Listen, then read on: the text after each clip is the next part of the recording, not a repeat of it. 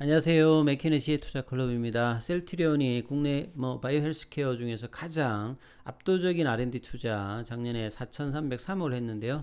자, 이번 주 반등은 얼마 정도로 이루어질까요? 이 부분 한번 살펴보도록 하겠습니다. 자, 최근에 이제 셀트리온 같은 경우에는 이제 정기주총 이후에 합병에 관련되는 이야기들이 나오면서 이 주말 가운데도 올해 실적 관련되는 부분이나 이제 조금 이제 긍정적인 어떤 기사들이 뭐 좀 몇 개 좀 나와 있는데요.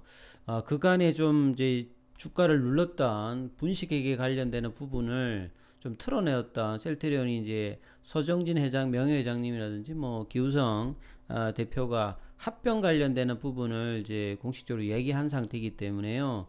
이 회계 이슈가 주가에 이제 좀 이제 해결이 되면서 급반등이 좀 나오지 않고 이제 블록딜 관련되는 이슈로 좀 수급이 좀 꼬여 있는 상태인데 근원적으로 이제 이 해결 이슈가 확실하게 없어지려면 사실 이제 합병을 해야 되는 어떤 상황이죠. 그래서 기우성 대표라든지 서정진 명예회장이 얘기했듯이 주주들도 합병에 거의 대부분 좀 동의하기 때문에 반대하는 어떤 주주가 일정 숫자를 넘지 않으면 진행하겠다라고 했죠. 그리고 기우성 대표도 3사 합병 검토를 완료했고 지금 준비 중이니까 해계 이슈가 이번에 마감되었어도 계속 문제가 있을 수 있기 때문에 합병을 하게 되면 이제 리레이팅 관련되는 부분 이야기가 구체적으로 나오니까 이제 자사주 매입 관련되는 부분이 5월달 이전에 이제 마무리가 되게 되면 본격적인 어떤 임시주총이라든지 이사회에서 이 부분들이 나오면 그게 이제 중기적으로 이제 셀트리온 주가 흐름이 상당히 좀 중요하겠다 이렇게 보실 수 있죠.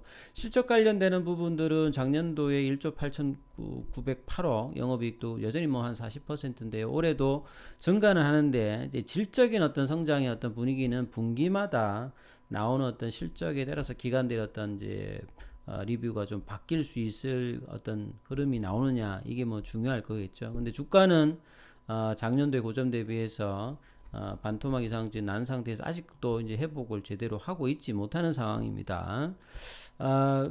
그런 상황에서 이제 합병이 이제 어떻게 나오느냐 이게 뭐 중요한 어떤 상황이고요. 그리고 나머지 이제 셀트리온의 이제 바이오시밀러에서 기존에 이제 거 말고 스텔라라 관련되는 부분들도 이제 기존에 나왔던 이제 뭐 램시마라든지 뭐 휴미라와 더불어서 셀트리온 어떤 자가 면역 치료제 어떤 포트폴리오가 강화됩니다. 자, 스텔라 같은 경우에도 이제 블록버스터이기 때문에요. 이 글로벌 3상이 5월달에 이제 종료가 됩니다. 그러면 이 다양한 포트폴리오를 일단 구성을 해서 시장에 대응하고 이 자가 면역 질환 시장 규모 자체가 엄청나게 커요, 사실은. 전체 보면 2020년 기준으로 보면 125조니까 사실 뭐 이 항암제 시장 뭐만큼 큰 시장이 이제 자가 면역 질환이죠. 그렇게 보시면 될 것 같고. 그래서 2020년도에 일상에 들어가서 2021년 올해 하반기 종료 목표로 지금 글로벌 3상을 진행을 해왔는데 바이오시밀러는 잘 알다시피 이제 이상은 하질 않죠. 그래서 자 2023년도 9월 달에 미국에서 그다음에 2023년 7월 달에 유럽에서 이제 물질 특허가 만료가 되니까 이 스텔라 관련되는 부분들도 셀트리온 외에 뭐 암젠이라든지 아일랜드의 알보텍 독일의 뭐 포미콘, 중국의 바이오테라 솔루션 이런 데도 지금 삼상을 진행하고 있습니다. 그래서 치열해지는 이제 바이오시밀러 시장에서 계속 이제 확장은 장기적인 어떤 기업 가치 구조에서는 상당히 뭐 긍정적인 어떤 부분을 봐야 되겠죠. 올해 20년인데 새로운 어떤 컨텐츠 점프를 하기 위해서는 셀트리온의 기존에 잘 나갔던 이 램시마라든지 트룩시마, 허주마의 외에 이 램시마 SC가 얼마만큼 시장 침투를 잘 하느냐, 그리고 이제 유플라이마 이 부분들이 상당히 좀 중요하고요. 그 다음에 있는 이제 아바스틴이라든지 뭐 졸레어, 그 다음에 프롤리아, 아일리아, 스텔레라, 악템나 이런 이제 바이오시밀러가 잘 이렇게 나가서 메꿔주면서 성장을 계속 할 수 있느냐 이 부분이 중요할 겁니다. 그리고 코로나 관련되는 부분에서 사실 좀 안타까웠던 레키로나 보다 이제 변이에 좀 대응할 수 있는 흡입형 칵테일 항체 치료제 그리고 올해 상반기까지는 실적단에 상당히 역할을 하게 되는 이제 진단키트 관련되는 부분.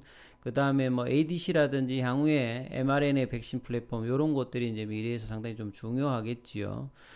그래서 이 흡입형 칵테일 치료제 관련되는 부분에서는 올해 2월 달부터 이 발칸반도 쪽이죠. 예, 보스니아, 뭐 세르비아, 북마케도니아 이쪽에 임상 3상 제출을 완료해서 대규모로 2,200명이니까 3상에서 이 유효성 안전성 검정을 하반기까지 해서 빠르게 지금 내년도에는 상업화 진행한다는 이제 계획을 가지고 있기 때문에 자, 하반기 내년 초에 이 부분이 얼마만큼 또 이슈가 될 수 있을지 또 살펴봐야 될 것 같고요. 자, 진단키트는 여전히 뭐 셀트리온 USA가 잘하고 있는 것 같습니다. 그래서 올해도 작년도에 이어서 지금 매출과 영업이 있다는 계속 좋아지는데 주가가 여전히 아직도 반영을 안 하고 있죠. 그래서 많은 기관들의 애널리스트들도 올해는 본연의 어떤 모습, 그리고 유플라이마, 램시마, SC가 얼마만큼 시장에 안착하고 실적단을 유지를 하고 성장을 할 것인가 이것들을 계속 좀 지켜보는 것 같습니다. 이런 와중에서 이런 어떤 근원적인 어떤 개발력에 되는 것이 투자죠. 그래서 국내 바이오 기업들의 R&D 투자 현황에서 2020년도에도 3,800억대, 작년도에도 4,300억대, 비교 대상의 어떤 기업들을 보면 가장 큽니다. 그리고 이제 작년도에는 이제 뭐 정부 보조금도 한 300억대를 좀 받았는데요. 4,300억이면 뭐 삼성바이오로직스가 한 900억대니까 거의 4배 정도 수준이죠. 예. 그래서 나머지 기업들하고는 격차가 상당히 큰데 이런 어떤 압도적인 어떤 R&D 투자를 통해서 셀트리온이 계속 이제 미래까지 이어질 수 있는 어떤 흐름의 근거는 여기에 있다. 이렇게 볼 수가 있습니다. 자, 그리고 좀 이제 오늘 오후에 이제 뭐 기사를 보면 이제 인수위에서 국내 최대 이제 동학 개미단체이죠. 여기 그 한투연과 이제 면담 추진 뭐 한다 이런 기사들이 나왔는데 사실 뭐 가장 이슈가 될 수 있는 게 어떤 후보가 되든지 주식시장에서는 가장 중요했던 부분이 이제 공매도 관련되는 부분이었겠죠. 공매도 어떤 제도 개선.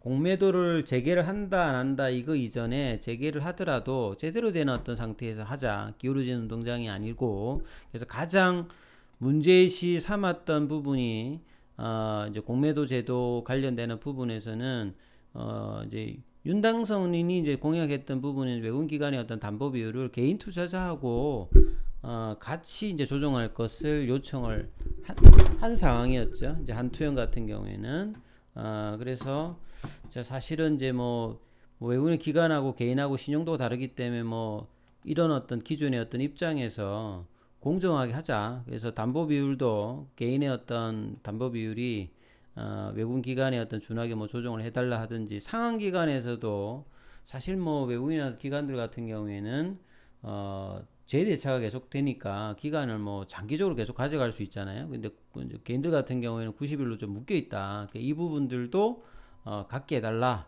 뭐 이런 이제 여러 가지 부분들이 나온다면 이게 제도적인 어떤 개선이 이제 정확하게 나오고 그다음 무차익 관련되는 공매도 관련되는 부분들도 좀 제대로 나온다라고 하면 수급상에서 어떤 특정한 종목에 특히 셀트리온 같은 종목이나 바이오 종목에 이제 계속 이제 공매도의 어떤 지속적인 어떤 부분들이 좀 이제 좀 개선될 수 있는 부분이 있겠죠. 그래서 이런 부분들이 어떻게 또 결과가 나오고 향후에 제도 개선가 되는지도 바이오주들 수급에서 상당히 좀 중요합니다. 특히 이제 셀트리온 같은 경우도 차트를 보시게 되면 공매도 이제 해계 이슈가 좀 이제 정리가 되고 난다면 V자 반등이 안 나오더라도 일정 부분의 어떤 급락을 했던 작년 이제 11월 달 이후에 호재가 나와도 이제 그 해계 이슈로 25만 원대에서 거의 10만 원 가까이 한 40% 가까이 이제 빠졌던 부분들을 거기도 제대로 지금 회복을 못한 상황이죠. 그러니까 뭐 고점 뭐 최고점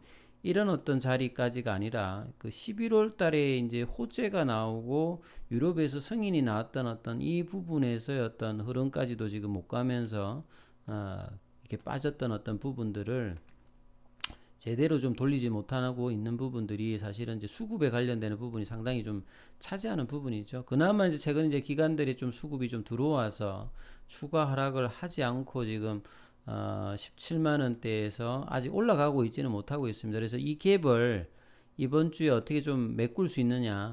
그래서 오늘 0.59 해서 한 17만 원 시간에도 이제 뭐 큰 변화는 없고요. 개인들은 매도했고 기관들 매수, 외국인들 소폭 매수고, 공매도 관련되는 부분은 금요일 비해서는 좀 줄었습니다. 그래서 이런 공매도가 계속 이제 뭔가 악재일 때 이렇게 때리고 올라갈 때 때리는 것들이 작년 이제 5월달 이후에 거의 1년 가까이 계속 이제 반복되는 부분이었습니다. 그리고 이제 기관들의 어떤 수급이 국민연금을 중심으로 해서 빠졌다. 최근에 좀 이제 뭐 들어오는 거는 있겠습니다. 그래서 개인들이 어떻게 해서 셀트리온이 움직일 수 있는 부분이 아니라 외국인들 기관들의 어떤 수급의 어떤 개선들과 어떤 이런 상황에서 밸류에이션 저평가 받고 있는 부분들이 계속 이제 아직까지 지속되고 있는데요. 자, 이런 어떤 개선들이 이번 주에는 이 이제 빈 공간, 이 갭을 어떻게 좀 넘어갈 수 있는지, 이 흐름들이 18만 원대까지 이어질 수 있는 흐름이 나타나길 또 한번 기대해 보면서 한번 지켜보도록 하겠습니다. 여기까지 하겠습니다.